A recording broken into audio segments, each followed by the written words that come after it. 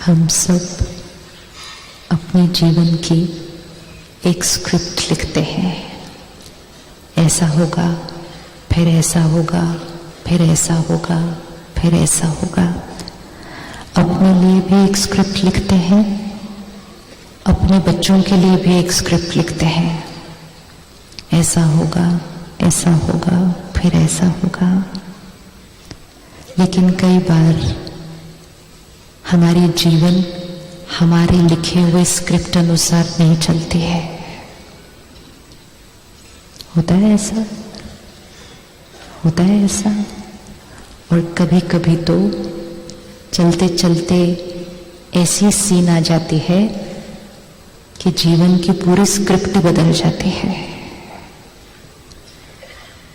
तब मन एक ही प्रश्न कहता है, ये जो हुआ मेरे साथ, ये किसकी मर्जी से हुआ?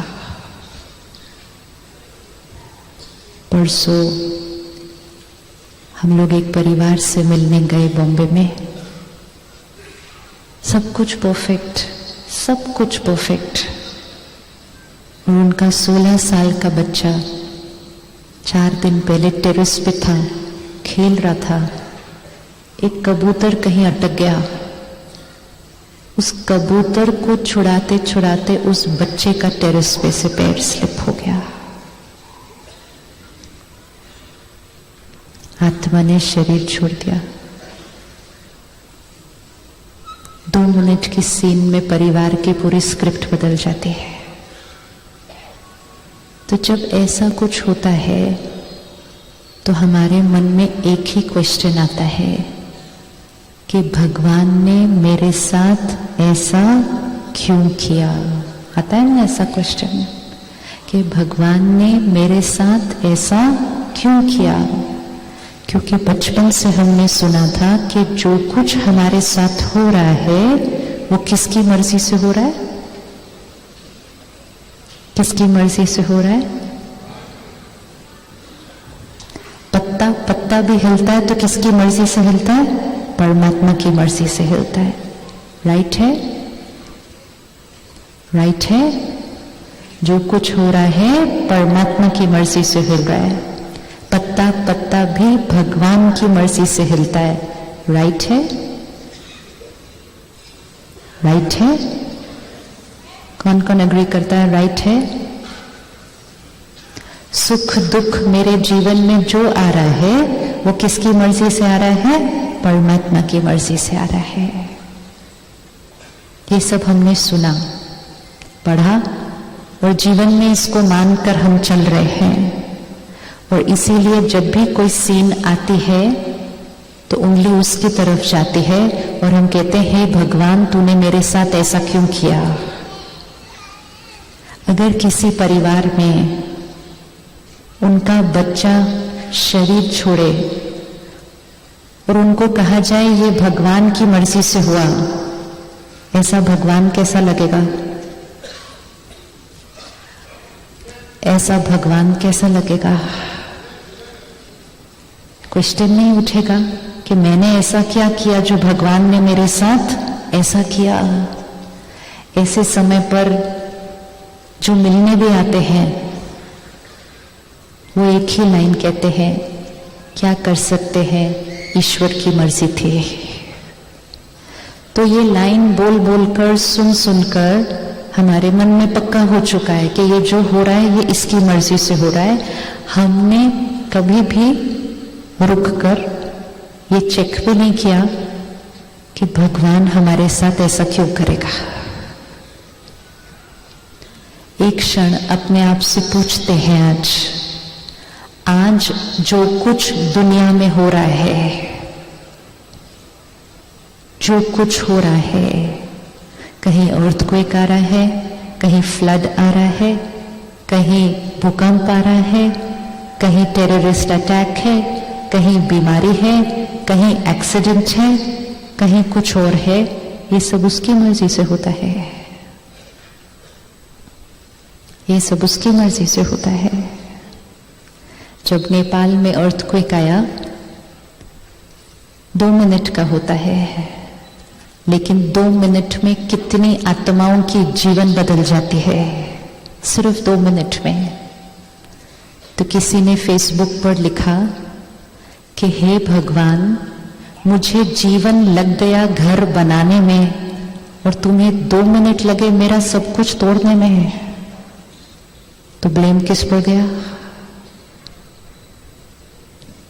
तो ऐसे ईश्वर से फिर हम डरने लगे, क्योंकि ये तो कुछ भी कर देता है हमारे जीवन में। जो कुछ सुना, जो कुछ पढ़ा, 2 मिनट के लिए साइड पे रखते हैं। जिसने भी कहा किसी भाव से कहा होगा, लेकिन कई बार भाव इंटरप्रेट राइट नहीं होता है, तो 2 मिनट उसको साइड पर रखते हैं। फ्रेश माइंड से अपने आप से पूछते हैं, अगर भगवान मेरा भाग्य लिख रहा होता, अगर भगवान सारी सृष्टि का भाग्य लिख रहा होता, तो एक वर्ड में बताओ ये दुनिया कैसी होती है?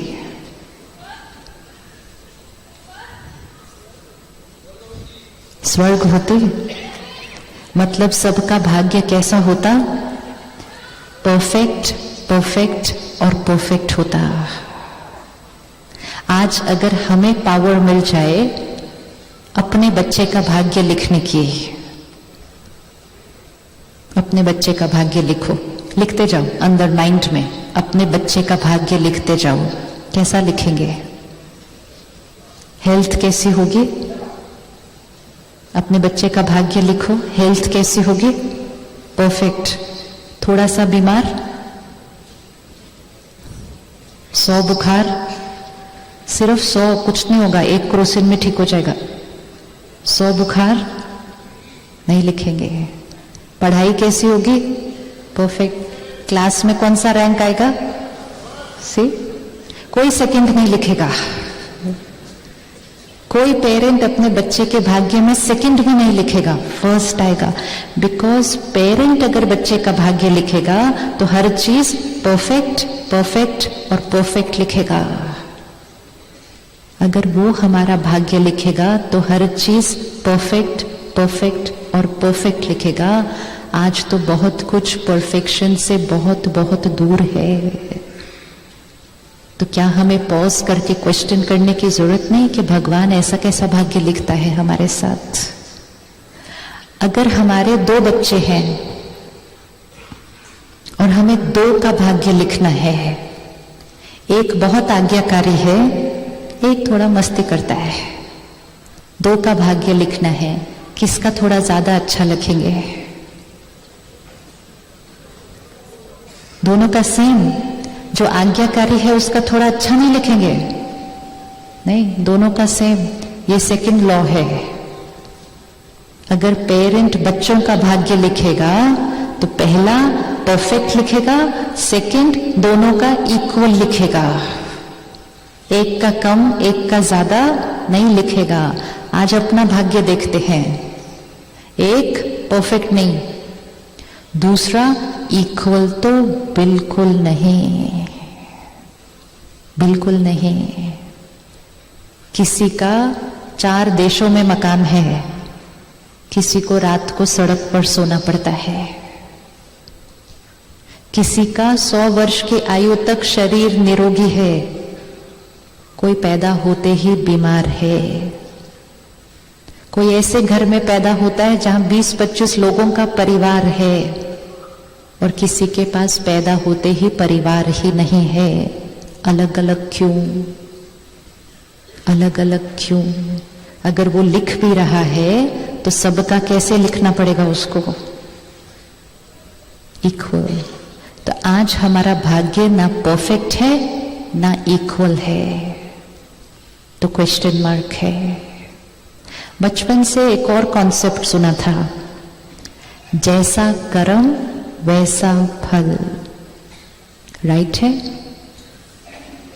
राइट है? ये भी राइट है, वो भी राइट था। पहले हमने कहा जो कुछ हो रहा है वो भगवान की मर्जी से हो रहा है, तो हमने कहा वो भी राइट है। सेकंड है जो कुछ हो रहा है वो मेरे कर्म का फल है, वो भी राइट है। दोनों राइट है, दोनों राइट है। दोनों कैसे राइट हो सकता है एट ए टाइम? दोनों को देखते हैं फिर से। सपोज इस सोफे पर भगवान बैठा है, एक कॉन्सेप्ट है जो कुछ हो रहा है वो इसकी मर्जी से हो रहा है। जो कुछ हो रहा है मेरे साथ, अच्छा भी बुरा भी, वो इसकी मर्जी से हो रहा है। तो सारी रिस्पॉन्सिबिलिटी किसकी? मेरी रिस्पॉन्सिबिलिटी कितनी? कुछ नहीं, उसकी जिम्मेवारी। वन कॉन्सेप्ट है वो। दूसरा कॉन्सेप्ट है जैसा मेरा कर्म वैसा मेरा फल। सारी रिस्पॉन्सिबिलिटी किसकी? मेरी। इसकी रिस्पॉन्सिबिलिटी कितनी? कुछ भी नहीं। दोनों राइट कैसे हो सकते हैं? दोनों तो कंप्लीटली ऑपोजिट है। सी, दोनों कंप्लीटली ऑपोजिट है, लेकिन बचपन से हमारा राइट राइट राइट। अब दोनों डिफरेंट हैं। अब हमें आज डिसीजन लेना पड़ेगा कि दोनों में से कौन सा राइट है। अगर भगवान हमारा भाग्य लिखेगा, एक हमारा भाग्य परफेक्ट होना चाहिए, दूसरा हमारा भाग्य इक्वल होना चाहिए। अगर हमारा कर्म हमारा भाग्य लिखेगा, हमारे बहुत सारे कर्म बहुत सुंदर हैं, लेकिन बीच बीच में हम कुछ गड़बड़ भी कर देते हैं। तो क्योंकि हमारे कर्म परफेक्ट नहीं, तो हमारा भाग्य भी परफेक्ट नहीं। क्योंकि हमारे कर्म इक्वल नहीं, हम अलग अलग क्वालिटी के कर्म करते हैं, तो हमारा भाग्य भी फिर एक जैसा नहीं। अब दोनों में से एक कॉन्सेप्ट उठाना है, एक को छोड़ना है। तो कौन सा वाला पकड़ेंगे?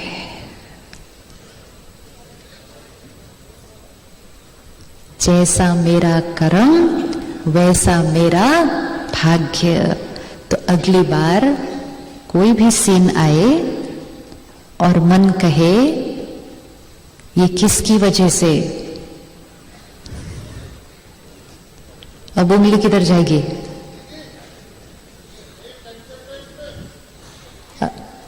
बीच में नहीं, बाद में बात करेंगे। अब अगर मन कहे कि ये किसकी मर्जी से हो रहा है, उंगली कहां जाएगी? पहले यहां जाती थी, अब उंगली कहां जाएगी? अपने ऊपर। अब अगर इसको ठीक करना है तो किसके पास जाना है? अब अगर मुझे अपने भाग्य में कुछ चेंज करना है, कुछ ठीक करना है, कुछ नया लाना है, तो अब उंगली किसके पास जाएगी? अपने पास। क्योंकि मेरा कर्म मेरा आधार।